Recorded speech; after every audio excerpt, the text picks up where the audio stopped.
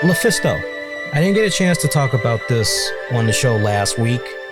And because honestly, by the time this had went down, I was already done until SummerSlam night.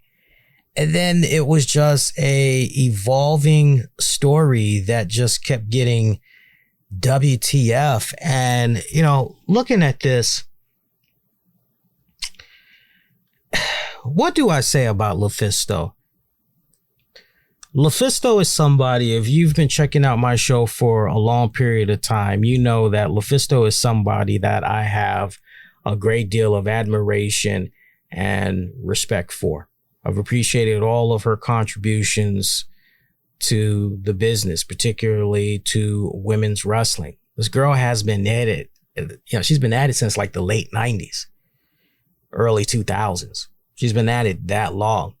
And I've checked out her work off and on.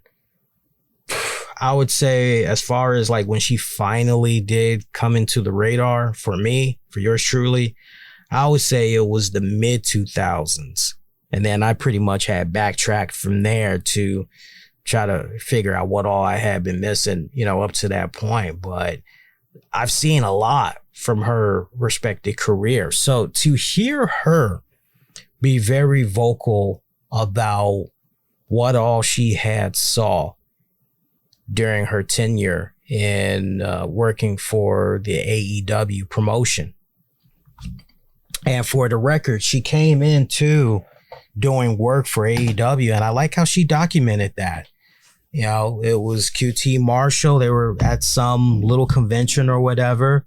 He was happy to run into her, wanted to know if she'd be up for appearing on an episode of AEW Dark, wanted to try to see if maybe they could get her in as a coach, as a producer. But she wanted the opportunity there to, I would love to. Yeah, let's do it. So she goes to this joint and, they wanted her to have a COVID test. There was no way she was going to be able to do it in the short time span allowed. And that pretty much, don't worry about it. Hey, how about your gear? Just come on, just bring your gear. It's all good. Just do this. So you got to go back to the August 6, 2022 episode of Dark Elevation. There was a 6-woman tag match. Lufisto teamed up with Emi Sakura and the Bunny as they took on Ruby Soho, Anna Jay, Sky Blue.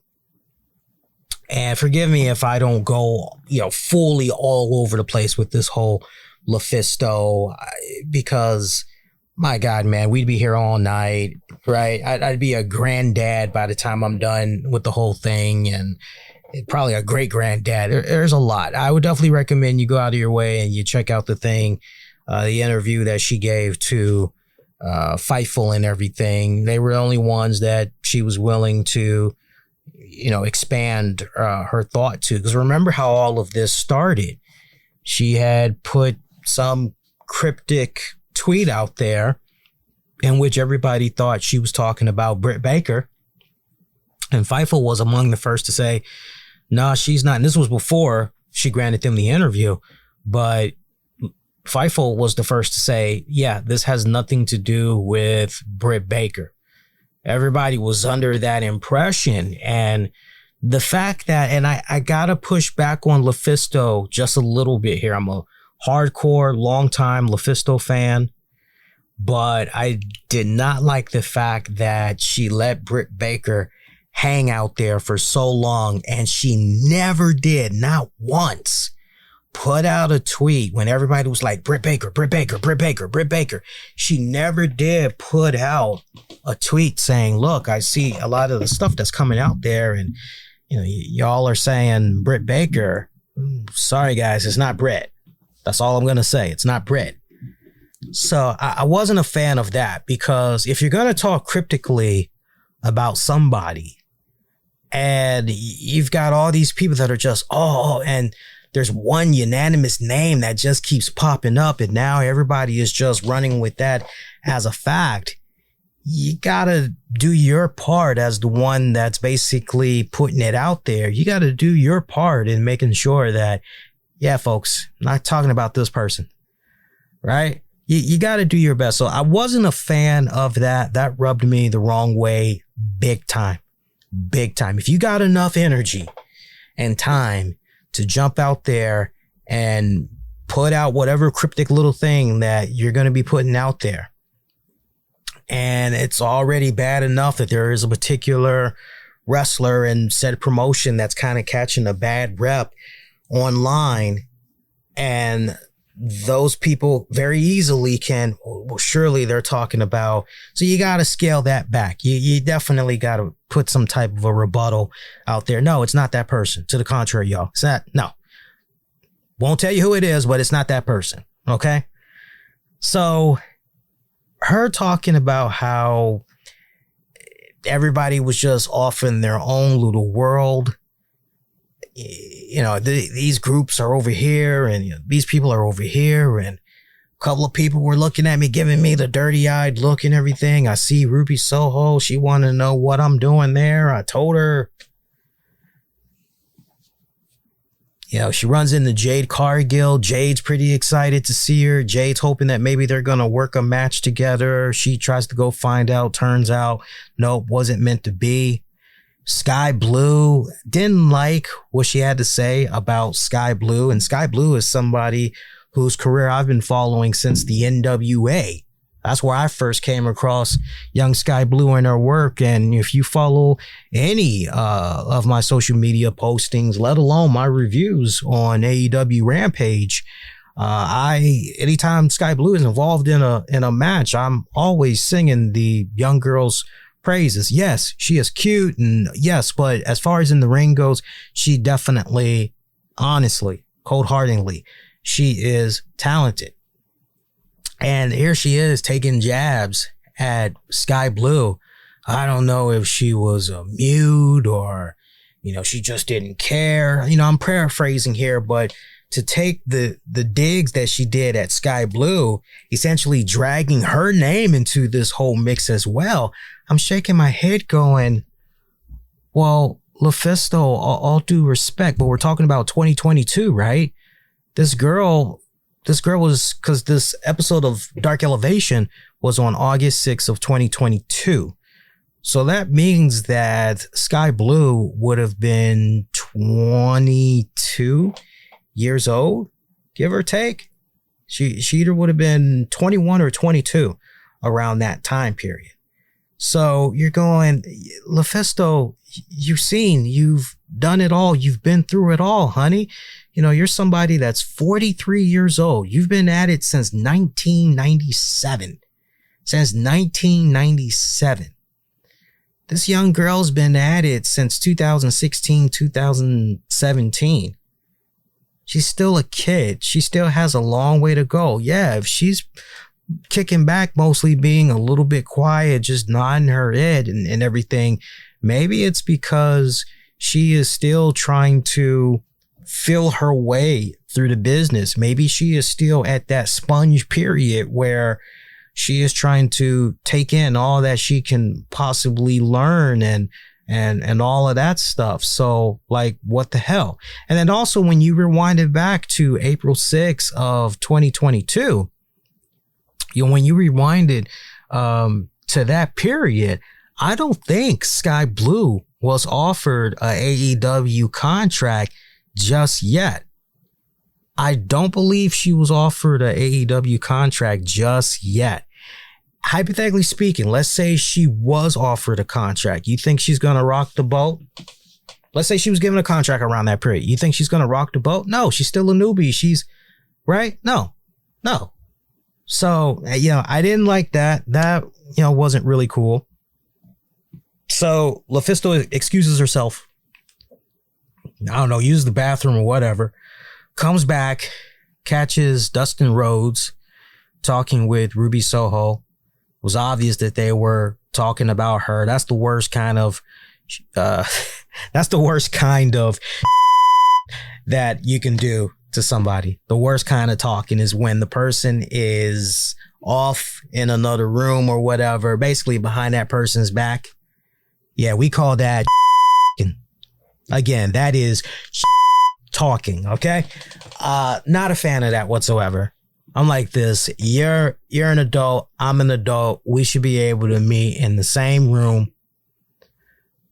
We don't need nobody else around. Whatever you got to say to me, whatever ill wills you feel I've done to you, whatever strife I've sent your way, like you and me, we're adults. We can handle this out. We can dish all of this out. We can take care of this right then and now. So Dustin, pretty much getting into Lufisto's face, was initially very friendly with her, but Ruby Soho excusing herself after saying whatever to Dustin, and Dustin, coming right back, with also all French Canadians are a-holes, huh? And Lufisto, excuse me, what are you talking about? And obviously she was involved in a pretty bad relationship with somebody that was at times abusive to her and everything. And she tries to go do this match, tries to focus on this match that she had. And, she gets told after the fact that, everything that she did in that match was wrong. And she came off looking like a knucklehead and, disrespectful to the other girls. And, she had a second set of eyeballs watch the match, and they didn't even see any of the stuff that she was saying and that Dustin, safe to say that it was Dustin that probably was looking at this match and everything. So, she had some pretty strong things to say about what all she had noticed there in AEW, particularly what was going on there with the women. She homed in more on Ruby Riott, Ruby Soho, mentioned how they had a match as early as like 2015. They had some matches here and there, but it looks like everything had began in 2015. It's one match where Ruby got a little banged up. Lufisto was trying to make sure, hey, you sure you want to go through with this particular spot? Ruby's pretty much, yeah, bring it. Let's go ahead. Let's do it. And your guess is as good as mine if Ruby had some type of a chip on her shoulder from that particular period. Now, Lufisto claims that the reason why she didn't make it to the Big Fed, remember around 2018, there was, hey, Lufisto, what's up with Lufisto in WWE? How about, well, Lufisto said the reason why she didn't get to make it to the Big Fed is because someone had politicked her out of the company. So, I'm thinking back to that period and, I don't think it was Ruby. Sure, Ruby might have been able to get in somebody's ear, but I honestly don't believe Ruby has that kind of Hulk Hogan stroke. I don't believe that whatsoever. So we can pretty much forget about that. It's interesting though, for as long as Lufisto has been involved in the respective business, it's interesting how NWA, Impact Wrestling, MLW, WWE, it's interesting how she's never been able to do something with these respective promotions, even if it's for a short-term basis. It's just interesting what's going on there. So, now you're hearing this stuff about Ruby Riott and you're going, what the hell is going on here? Like, seriously. So Dustin taking the social media, responding to the interview that Lufisto gave. And he said, hey, Lufisto, read your story. And sometimes as a coach, I have to be very honest and won't ever tell you a lie about how good or bad it was. Sometimes hard love comes out and wouldn't have it any other way. I hope you find what you're looking for. Hashtag keep stepping. So, and look, in regards to Dustin Rhodes, I'm not the only person, and I'm not sorry if anybody hears this and they find this to be some form of breaking news, but Dustin Rhodes has, for the most part, been an asshole for a good number of years. I hate to say that. Are there people that he's legitimately very fond of, very close to, has a lot of love, admiration for? Oh yeah, without a doubt. But myself, other people online, we have come across a Dustin Rhodes that can be very two-faced, that can be very thin-skinned with the least little bit of criticism that comes his way, even if it's a respected form of criticism that comes his way. I can remember many, many years ago, I said it here on the show, but I remember many, many, many years ago, when Dustin was, I think this was around the period where Dustin was done with the WWE. I want to say, I believe this was way before AEW came into the picture. But man, it feels like maybe it was about 5 to 7 years ago, give or take. But I remember I had been able to reach out to Dustin directly. And it was a professional email. And I basically had said to him, hey, Dustin, my name's Lee Sanders, and, I'm the host of, I explained who I was, gave him all the stat information for the podcast and everything. And, I told him, I said, look, we would be greatly honored and appreciative if you'd be willing to do an interview. Let me know if you might be interested. And he came right back, and he just had this snarky 1-2 word, basically of, he wasn't interested. And actually he said, no, I'm not interested. I don't do freebies. Said something along those lines, replied back and said, oh, hey, that's totally understandable in the line of work that I've been in, for these years now. Yeah, I'm aware of some talents that want to be compensated for their time. Hey, look, you tell me whatever amount you'd like to be compensated for, because honestly, I'm thinking maybe about a 15-minute to a 30-minute interview, so we can compensate you for that very easily. Just let us know, what you're seeking. And then there was another rude reply, and, it was basically fuck off. And it was like, whoa, like, what is, and I remember even responding. I was like, what's going on? Like, why are you being, and I left it alone. And then I remember there was this other time, this was out in the open on social media. There was something that he had said. I kind of feel as though maybe it was something not wrestling related. It was something not wrestling related. Maybe it was a bit political. I'm not sure. But I remember I had said something constructive as a rebuttal to what he was saying. It was very respectful. Wasn't cursing him out or anything. Dude ended up blocking me.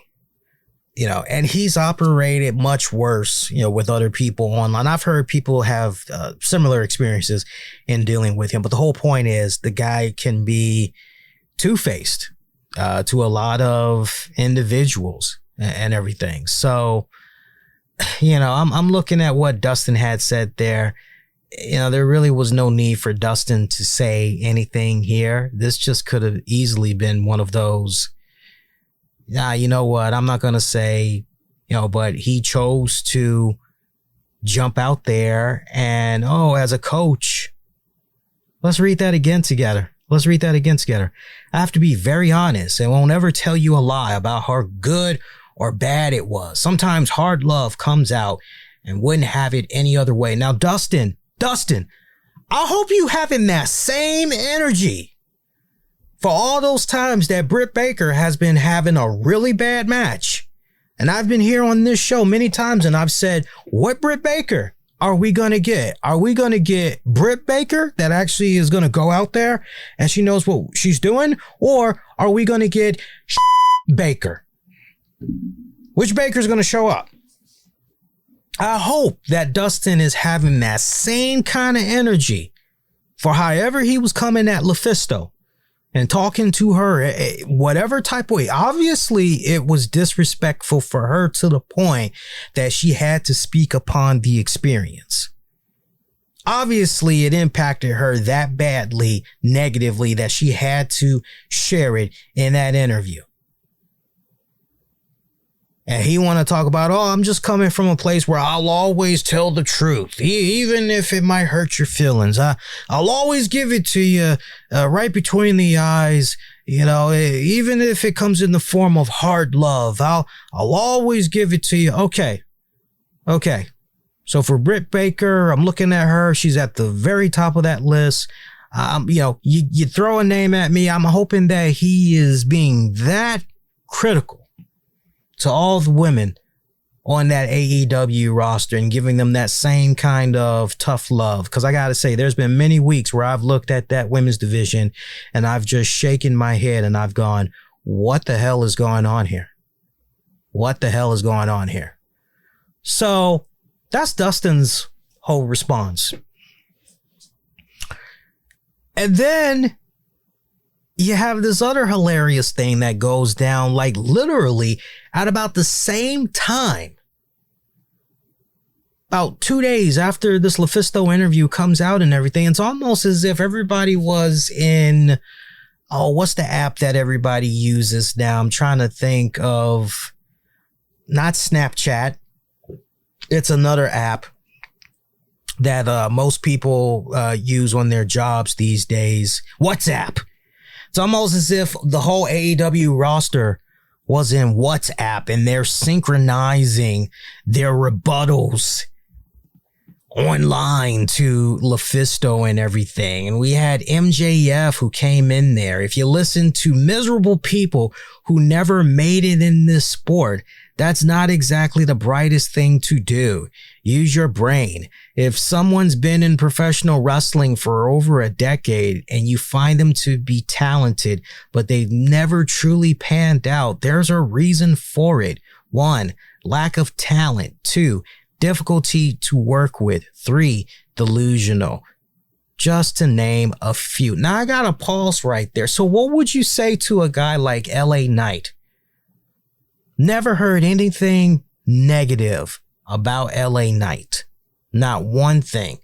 Just when it comes to, so how come all this time, here's this guy that's now 40. How come this guy never, what was going on in the previous 20 years? Why didn't this guy make it? And for whatever respected reason, it just wasn't his time. Just wasn't his time to be in the spotlight.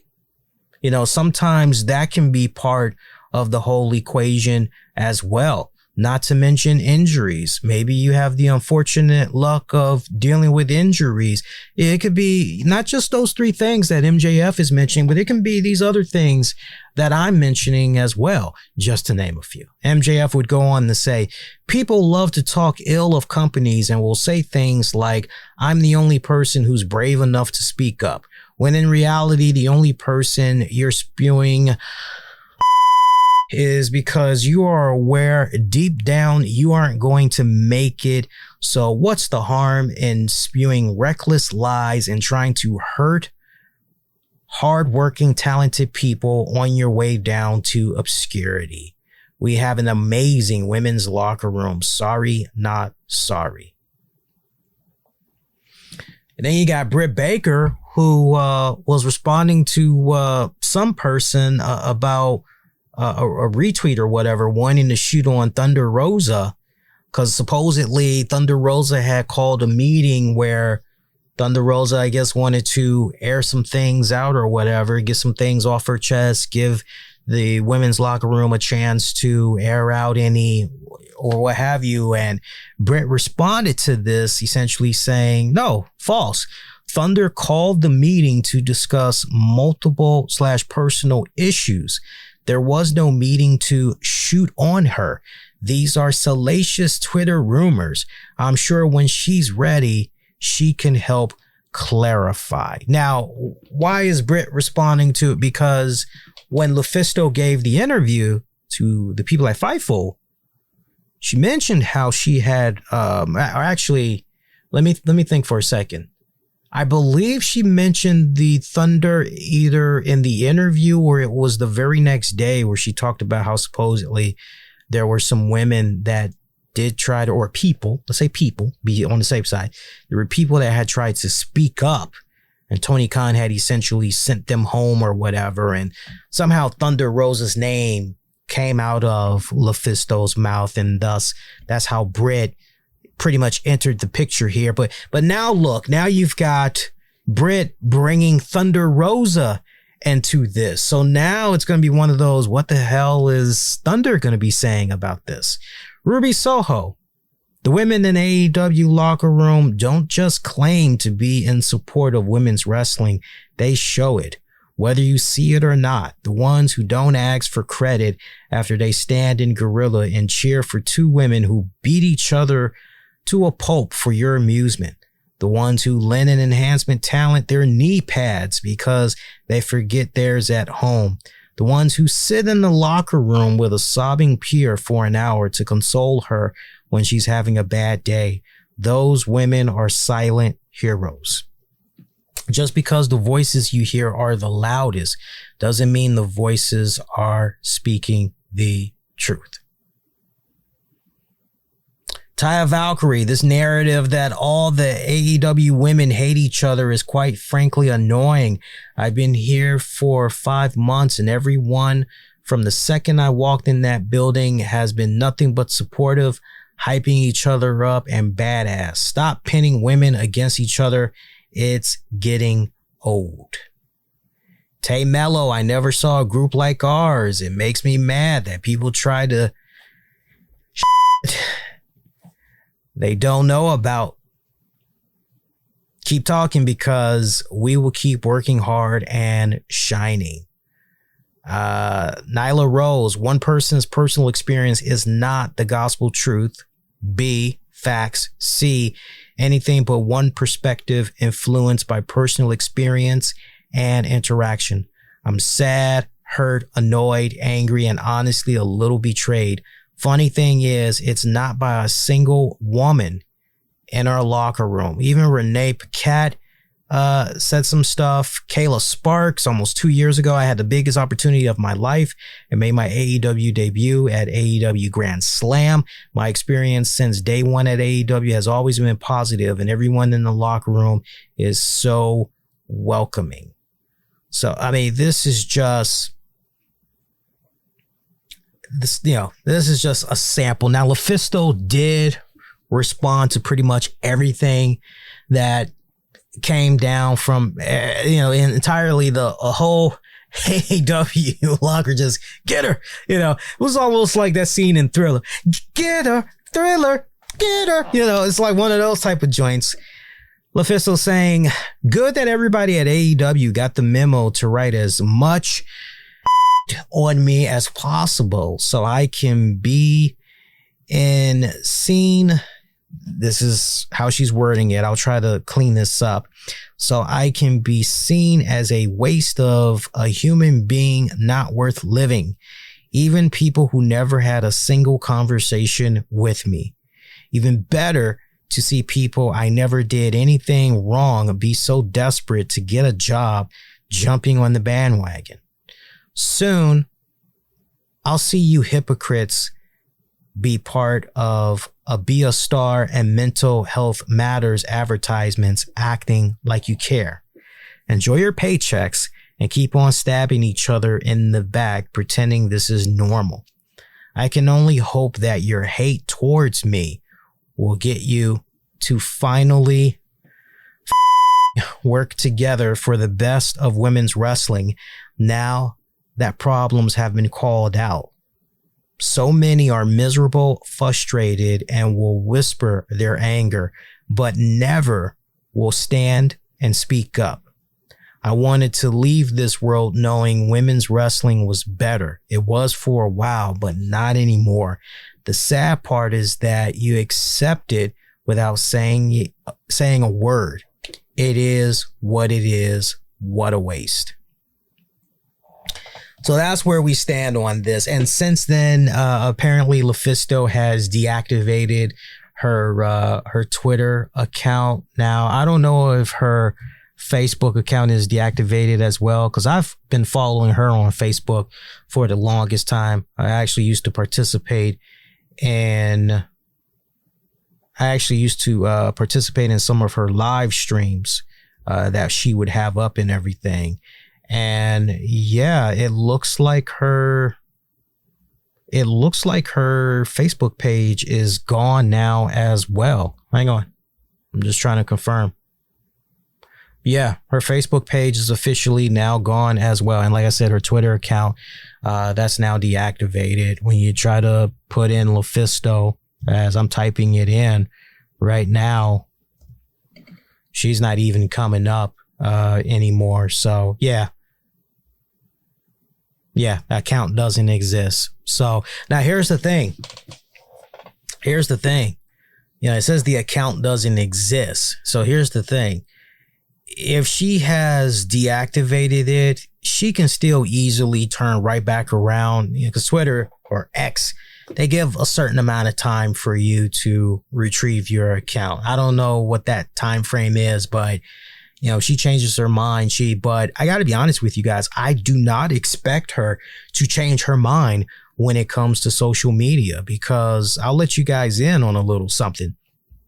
A couple of months back, she actually had talked about deactivating her accounts because she wasn't a fan of what was going on with social media. She had talked about how it was starting to become very toxic and she just wasn't feeling it anymore. Right down to the point, she mentioned how, hey, if you guys noticed, there used to be a time where I would post all different types of things. I'd talk about my pets.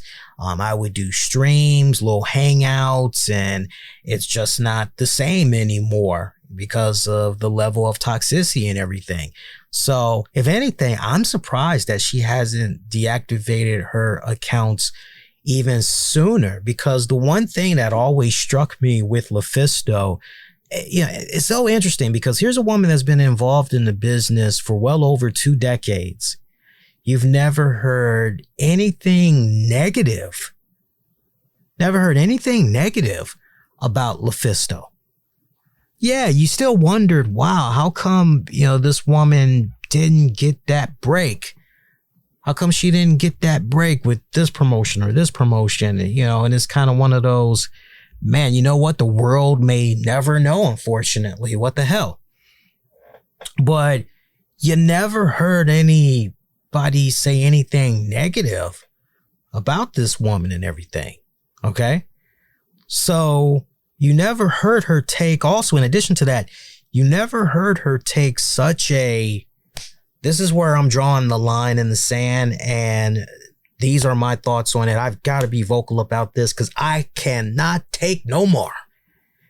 She's never been one of those types of outspoken people, not from that standpoint. So the fact that she did say what she said, now she's saying that there are some people that's part of that AEW roster that has spoken to her about some of the things that they've seen and they've experienced, and they've pretty much said, look, I'll give you some dirt, but you can't mention my name.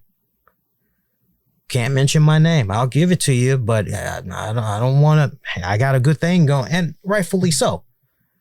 Rightfully so. Kudos to her for, and look, I don't think she's lying. She doesn't have a track record for being a liar, telling lies. She doesn't have that type of, so maybe the intel that she was given from the people, maybe it is legit. But let's not also forget that someone else that was part of the AEW women's roster not that long ago, let's not forget about how she had tried to be vocal about her time in AEW. And when she did, oh man, not only did we have Tony Khan come at her, and I mean, it was woo-wee. It was really, really bad. the way Tony Khan had responded to her and everything.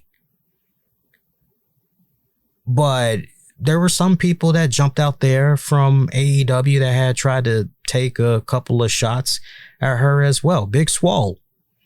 Y'all remember that? Rewind it back a little bit. We're still talking about Lufisto, but rewind it back a little bit. Go back to 2021, fourth quarter. Big Swole had announced that she and AEW had mutually parted ways. And she was signed to the company back December of 2019 after she participated in the Casino Royale that same year.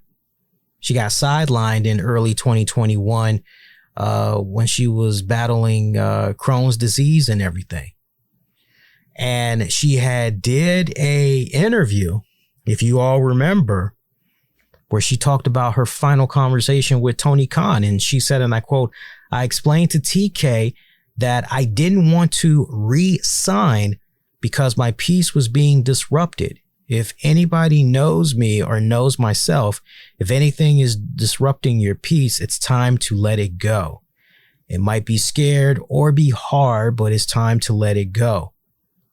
When Kenny said that, kind of go back a little bit, Swole had began by noting that the most emotional moment she had in AEW was when Kenny Omega thanked her for what she did in the Diamante feud and how it made the other women in the company more comfortable to pitch ideas. So there's your background on that.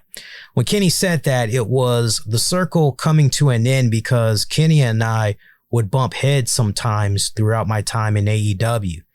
To end it on that note felt good. It felt wonderful to end it at a place where we didn't see eye to eye, but we were there. She then detailed her claims, why she left the company, and what she told them in her exit interview. My heart just stopped being in it as the reason why I left AEW. I felt like there were a lot of things, and I told them in my exit interview, there are a lot of things that need to change. I know fans of the company don't take criticism well, certain ones. Know this is somebody from the inside. The structure is a little off. It's fine to be loose, but I like to have a little bit more structure. I felt like the women shouldn't have gone through everything they went through just to get on TV or get time. You're signed to this big company. You should get time. All these men are getting time, but the women weren't getting anything. Or you're not putting people on TV because more people are coming in. Okay, there are more people coming in, but you don't have enough product for all of these people. Now you have all of these people sitting around having 2 or 3 minute matches on Dark doesn't keep me happy. Shoveling more money doesn't keep a person happy. We've seen time and time again, especially in a place where there's not enough space. There's no writers in a sense. Not everyone is comfortable writing their own things. Closed mouths don't get fed. That's exactly what that environment is. If you are shy and don't know how to write or are not creative, it's not going to work unless they want it to work for you. That's one of their biggest issues. And she also had talked about the lack of diversity that was going on and everything. And I'm sure you guys probably remember the comments that Tony Khan had there for Big Swole. I'm sure you guys remember that, right?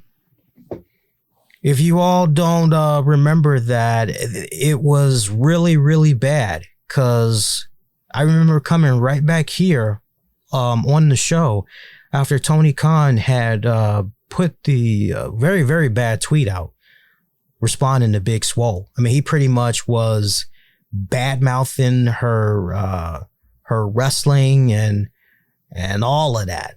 it was really, really bad. Matter of fact, I'm trying to see if I can actually pull it up right now. Let me see where Tony Khan. Yeah, this is what he said. The top 2 AEW execs are Brown, me, and Mega. This is what he said at the time. Jade, Bowens, Caster, Dante, Nyla, Isaiah, and Mark Quinn all won on TV this month. The TBS title tournament has been very diverse. I let Swole's contract expire as I felt her wrestling wasn't good enough. Hashtag AEW Rampage Street Fight tonight. Okay, so I bring all this up to mention this to you guys. We have seen Tony Khan, the king of them all, when it comes to taking some type of constructive criticism, feedback for his promotion, for his programming. He is very, very poor at taking it on the chin, or, right down to the point. He's got to acknowledge it. He's got to acknowledge it. There's no way that you're going to come off getting in a dig on his promotion and live to continue to do whatever on social media like it's just a usual, typical, casual day. No.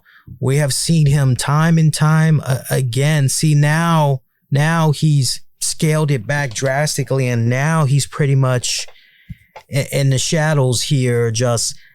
It's funny to see how all of the attacks that Lufisto had came like literally at the same time.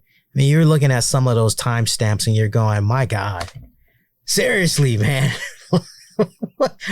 What the hell is going on here? Right down to the comments that Tony Khan had made from the Triple H comments from Cody Rhodes DVD. The most correct way to have approached that would have been, yeah, you know what? There's nothing wrong with being number 2. Yeah, look, WWE, nobody's going to take it away from them. They have been a institution in the very fabric of all things entertainment and pop culture for over 60-something years now. And they aren't going away no time soon. Other than WCW and what they all were able to do back in the day when they had the WWE on their toes for 83 weeks, they haven't seen a legit competitor / adversary since until now. And you know what? Yeah, they're number 1 in a few areas, but you know what? We got a lot going on for us right now. We just renewed with Warner Discovery Media, We're still ironing out the kinks on what eventually is going to be happening with our AEW Plus app, or whatever you want to say right there. We're getting ready to do All In at Wembley Stadium. It's going to have a record-breaking number of folks that's going to be there. We just put out a really great video game. Was hearing about the numbers the other day as far as revenue that's generating from it so far. You could easily spend it and put yourselves over. But the way that he goes about, oh my God, it's just so damn. It's like a little kid having a temper tantrum. I would not be surprised if he was in the WhatsApp with all of those other people, all of those other talents. Guys, you got to do me a favor. You got to go on your social medias and you got to checkmate this woman. I'm saying woman loosely. I'm sure he used a 4-letter word for her. Wouldn't be surprised. Wouldn't be surprised. And keep in mind, Lufisto had talked about, she mentioned something along the lines of how, essentially Tony Khan doesn't care about the women's division. Some of the women feel like it's going back to the diva days, essentially, and all that other stuff, right? Nobody should feel that way. Seriously, nobody should feel that way. But the fact that Lufisto is no longer on social media, mission accomplished. Great job, guys. I'm saying that sarcastically. Great job. Great job. Now I'm hearing rumblings. I think it was Eddie that had said Lufisto apparently had popped up for Impact Wrestling. I don't know if that's how accurate that is. I'm going to have to try to catch up on, but if she is in Impact now, good for her. That's definitely good for her. But yeah, Lufisto was supposed to be done with social media a couple of months back. I'm honestly surprised that she stuck around this long. And it's sad that she pretty much, because I got to tell you, as far as wrestlers go, say what you will, but as far as wrestlers that did a really good job interacting with their fan base and just really keeping it honest and everything, you know, I always say, if you want to know how sincere a person's true character is, see how they operate with pets, children, the elderly, people with disability. And anybody that took the time out over the years to, you know, follow Lufisto on social media, check out some of her live streams and everything. She is a big pet lover. She loves her cats.